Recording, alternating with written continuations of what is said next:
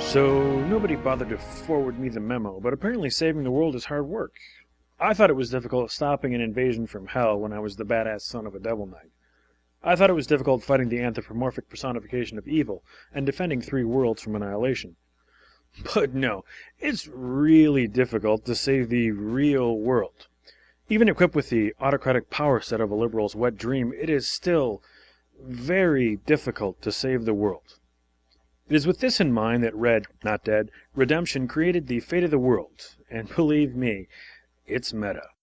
Before we go any further with this video review, I need to point out just how visually boring this game is. This is a quick little montage of everything you will interact with during the game. There's some other stuff, but it really has no reason being there. This projection of the world's temperature, basically meaningless in game terms, and this little in-game manual, just as bad. The look manages to evoke a news broadcast or scientific report on environmental damage, and being so simplistic, it's also pretty efficient at letting you act. Unfortunately, it can only do one of those at a time. If you click on one of the little icons for regional events, it just takes you to the region it's a part of, not the news report on what it actually is. What I'm trying to say is there's nothing here for me to draw upon, to visually wow you, the viewer, so we're going to go outside the game in order to accentuate this review. Maybe some cartoons. The Earth is going to superheat and explode, thereby reducing everyone and everything to an imperceptible haze of drifting atomic particles. That's right! Also, there's only like one song, and before the last update, every time you started a new turn, it would reset, so you'd only get like 10 minutes of audio. Anyway. The game takes place in the near future, with superstorms and natural disasters ravaging our planet to the point where even the morons suddenly believe in man-made global warming enough to start an international organization with the power to create change we literally cannot believe in. As the head of this organization, not only are you apparently immortal, you get an insane amount of control over the world's economy, industry, security forces, technological advancement, and all kinds of resource allocation. It's a bit like Civilization, but all your choices are made like our future is one big game of Magic the Gathering. A scenario can last up to 200 years if you unlock one of the last 2. Not that you're likely to do that. It'll take several tries to simply beat the easy beginning mission. Then it'll take several more to beat the second one, if you're like me, on accident. The third scenario, 3 degrees, which finally puts the titular Fate of the World in your hands, will make you pull your hair out from its difficulty, which may be the point? The human species is a dangerous, menacing, and terrifying animal.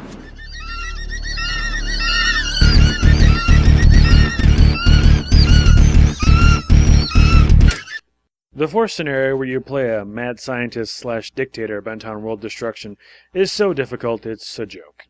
Just a bad joke. You not only have to destroy the world, but make people like you while you do it. Which is possible with Black Ops control of the media, but still basically insane. I've come to think of the game as a kind of chess. You can look over the limited instructions that come with the game, but as soon as you start playing, you realize you've got no idea what's going on. And if you ever want to win, you'll have to spend an awful lot of time planning, practicing, and researching. Which, in this case, will require some internet sleuthing, as the game does a horrible job communicating what things do, and why things happen. Also, for a perfect analogy, it helps to imagine a chess game where your opponent gets a couple turns for each one of yours. You don't get to checkmate the king, just keep him locked in a 6-square area, and you need to make sure their queen spends most of her time on your side of the board. That was a mistake, Charlie. No, it wasn't.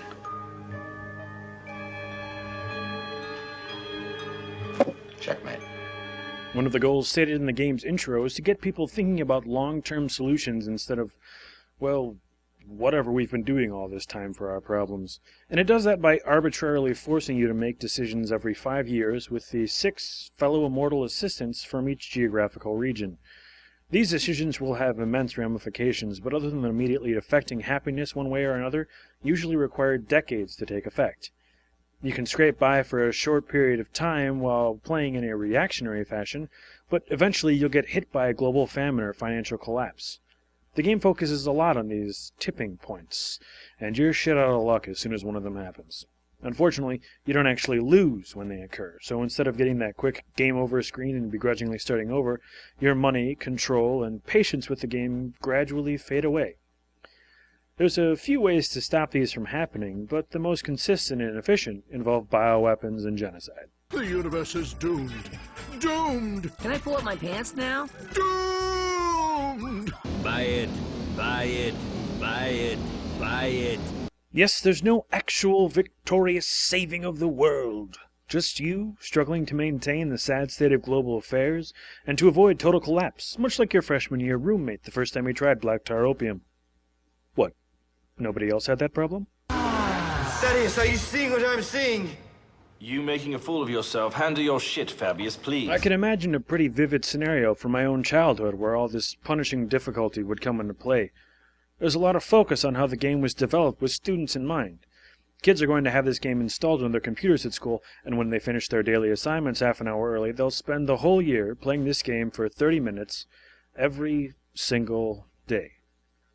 That is, of course, only if there's some kind of protection on installing new programs that they can't get past, which is incredibly unlikely. Maybe in the future this game will be the next Oregon Trail or Rita Rabbit. Again, incredibly unlikely, as I'm damn sure kids don't have this much patience for spreadsheets. But there's also a lot of good here, and not just in the same way Superman does good. How you doing over there, Theo Huxtable? I'm doing good. Superman does good. You doing well. The challenging difficulty forces you to think about what you're doing wrong, not how cheap the game is. I mean, it totally feels that way, but if you go back and do things differently, you won't have you won't have the same problems. The game is trying to make a statement or something about saving the world. Theoretically, these would be the actions necessary to create a just, verdant, and peaceful world. They put a lot of work into the game. They used quite a few great minds in order to come up with the correct scenarios for the future. And again, theoretically, this is a perfect guide for saving all our asses. It's only when you look at what other great minds are doing for the same problems do you think that maybe they could have addressed things a little differently. It takes about 40 years or so in the game for you to come up with the aerosols capable of lowering the Earth's temperature, which is a good idea for a world that's literally melting, but why wait 40 years? Dark things absorb a lot of heat. The oceans are very, very dark. There are not very many clouds over the oceans because there are not the nuclei that seed the clouds, which is usually from dust. There's not much dust over the oceans. Salt can also seed clouds, and so what you need to do is just figure out how to spray some salt water up into the air, and that can serve to make the clouds. And the belief is from the models that if you could just have 10,000 little solar-powered dinghies that just puttered around in the oceans and flipped up some salt water into the air, that would generate enough cloud cover over the oceans that it would reflect enough of the sunlight that through that channel you could also lower the temperature of the Earth. Or the alternative, there's also the charity issue. Every time you start the game, the charities it sponsored or assisted in the development of the game show up. This is great. Some wonderful, helpful organizations get some always needed visibility, and it reaches the right demographic.